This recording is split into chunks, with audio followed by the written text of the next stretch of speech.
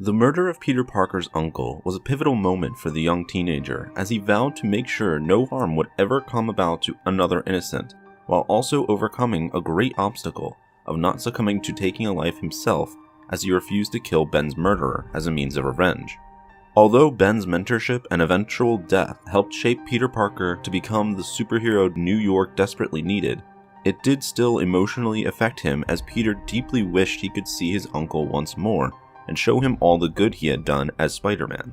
And his wish did eventually come true, as there was a time where he did get a chance to do just that in the 500th issue of the Amazing Spider-Man comic series. This comic issue continues Spider-Man's journey of traveling through time, as he was helping Doctor Strange prevent the extra-dimensional energy being known as Dormammu from ever obtaining his power, and thus prevent all the destruction he caused with it. After a successful mission of helping save the world once again, Peter was given a gift by Doctor Strange as a present for his birthday. As he made his way back to his apartment in New York City, Peter celebrated his birthday with his family and friends. Once the party was over, Peter decided to finally open the gift Doctor Strange had given him. Reaching the top of the roof of his apartment, he opened the present to find a note that told him he had 5 minutes to enjoy its gift. Upon reading the note, Peter heard a familiar voice call out his name from behind. He turned around to find Uncle Ben standing there in the flesh.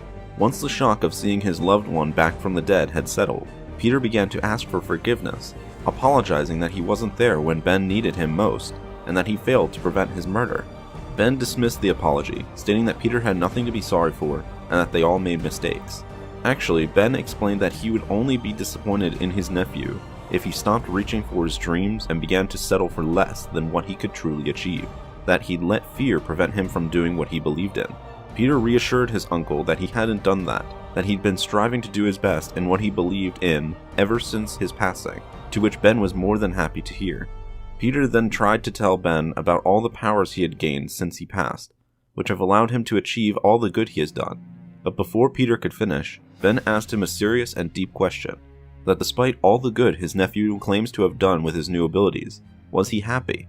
That despite all the pain he may have gone through and all the people he has lost, was he happy with his life? Upon being asked that question, Peter remembered all the hardships he'd gone through, all the people he has lost ever since he took up the role of Spider-Man. But despite all the pain he had gone through, Peter admitted that yes, he was indeed happy, that he has a good life, and that he never truly realized how lucky he was to be living the life he is. Beyond joy to have heard that, Ben proclaimed that was all he ever wanted for Peter. They then hugged, both admitting how much they've missed each other and their love for one another. Finally, as the 5 minutes were coming to a close, Ben began to disappear, saying his final goodbyes and asking Peter to continue protecting May. Peter swore on it that he'd always protect her. Ben's final words were, "I know," before fully vanishing. As he made his way back into his apartment building, Peter was full of life again as he realized just how fulfilled and happy he was. Something he likely hadn't felt in a long time since he took on the heavy burden of being Spider-Man. Thanks for watching this episode of Hero History. Be sure to like and subscribe for more videos like this one. And as always, have a marvelous day.